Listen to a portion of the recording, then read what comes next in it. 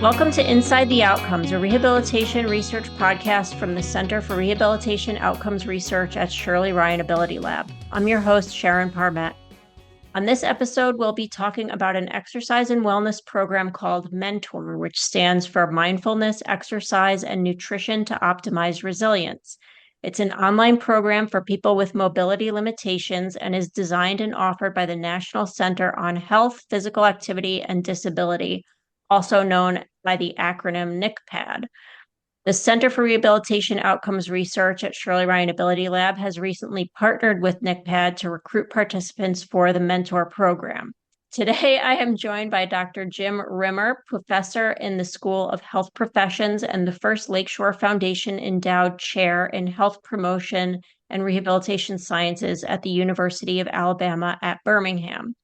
He currently serves as director of the UAB School of Health Professions Research Collaborative and is director of NCPAD.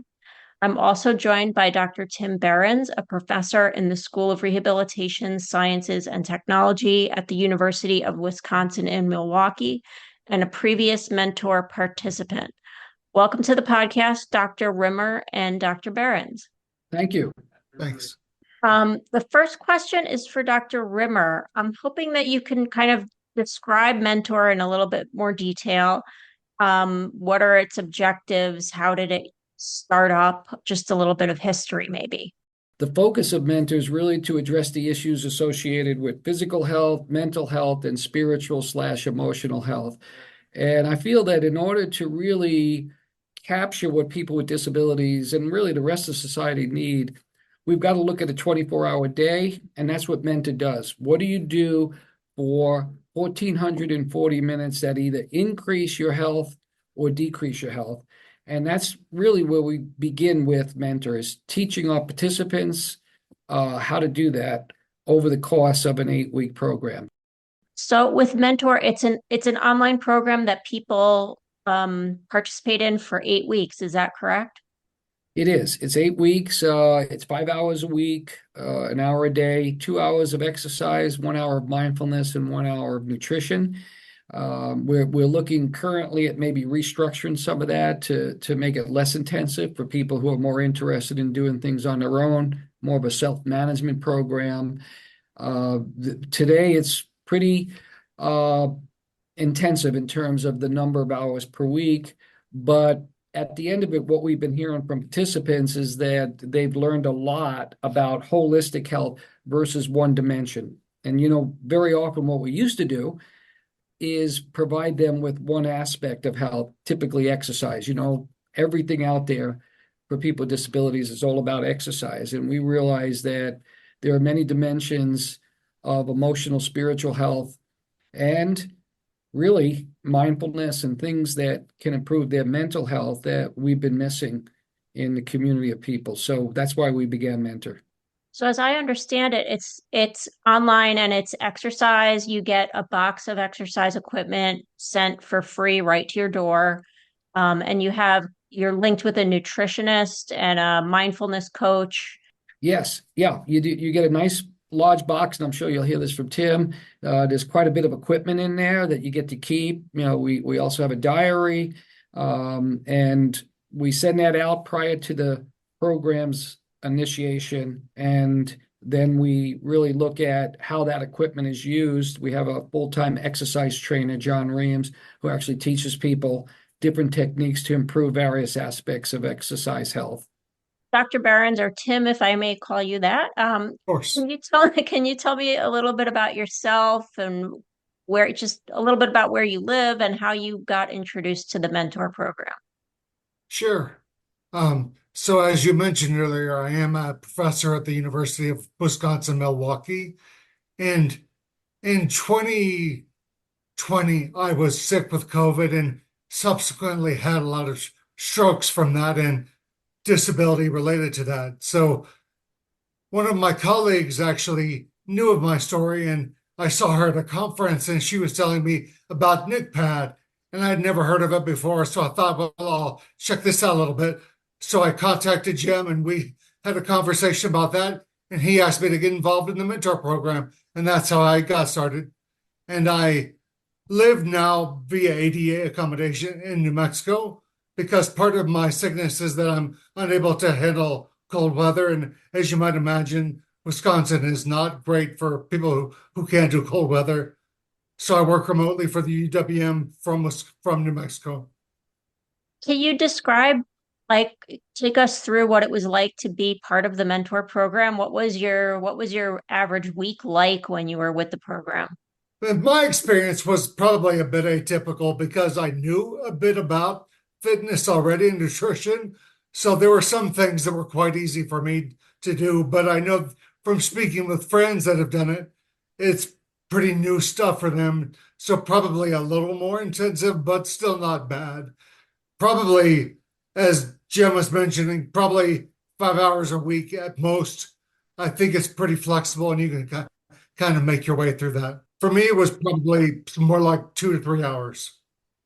What's the exercise portion like? Do you log in and you're with a trainer online going through the exercises one-on-one or with a group? So it is a group setting. So there were, I believe, 4 people in my group, and we would meet via Zoom, and we had our box of toys that were sent to us. And so John would say, okay, take out your bands, for example. We would do exercises with the bands, or we would do things seated, or we would do things, that he prescribed for us based on our own abilities. And then for the mindfulness part, what was that? What was included in that part? For me, that was probably the most meaningful part because it was a little bit new to me, and the basis of my injury was really executive function. And so there are things that I needed to work on that it provided the opportunity to work on. So just doing some relaxation techniques that were very meaningful to me and doing that over and over with different folks, different trainers, and then the rest of the people in my cohort. There were probably about, I guess, 4 or 5 people in that cohort. And so you get to know them and you build that sense of community with them. Have you kept in touch with anyone from your cohort? We do have a chat function through the Healthy app, which I'm sure Jim will talk about later. But the Healthy app allows you to chat with people in your cohorts. And so I have kept in touch with them through the Healthy app. Okay. And then I just wanted to know a little bit more about the nutrition part. How does that come into play? So the dietitians that work for the program, they have meals that they prepare, and you basically watch them, and they also talk about leading you through certain meal plans that they've done for each week. So you can do those or not do those. It's really up to you. And then at the end of the program, one of the homework assignments is that you prepare your own meal, but you just provide the directions about how to do that. And then the dietitian puts all those together in a book that gets shared out with the entire group. Did you have some good recipes in there? I did actually. I've tried a couple of them. And then I also came in contact with another group that she had a different group, and she shared her recipe book with me as well. And she was actually a chef beforehand. So it's been great to see other recipes as well. So it sounds like there's quite a bit of community building through the mentor program, in addition to the exercise and mindfulness and nutrition. Yeah, like I was saying previously, to my mind, community was the best thing I got from it because you were able to connect with like-minded people who were dealing with similar things. Not everybody was stroke like me. Some people were different, like they had spinal injuries or they had other things going on. And so you get to see things from a full spectrum, and that really enhanced the sense of community that you're part of this community now and you have similar things you're dealing with. Have you kept up with some of the exercises and techniques that you learned through Mentor after the program ended? Absolutely. I would say that like the box that you get, the bands, I still use those regularly. And I still do like some abdominal workouts that John would show us or warm-ups, things like that. I still do those things regularly. I try to do 2 days a week of muscle building and a little bit of stretching to help my flexibility and my progression in my rehab. Well, it sounds like it was extremely useful to you, and I'll ask this, but I'm sure the answer is yes. Would you recommend it to other people who have mobility issues? without a doubt. I think for me, and actually, we just had a meeting recently with some other people that had done Mentor. And the thing that we all talked about is it was the turning point for all of us. And it was that point when you were really able to say, okay, this is happening to me, and now I'm going to move forward in a positive way. And so, really, NCPAD serves as the turning point for many people. And I feel honored to just be a part of it.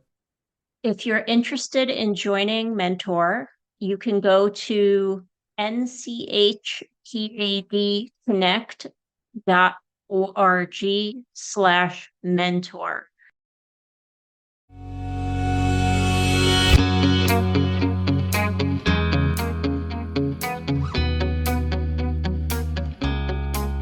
This has been Inside the Outcomes, a rehabilitation research podcast. This podcast is supported by the National Institute on Disability, Independent Living, and Rehabilitation Research. I'm your host, Sharon Parmet, signing off.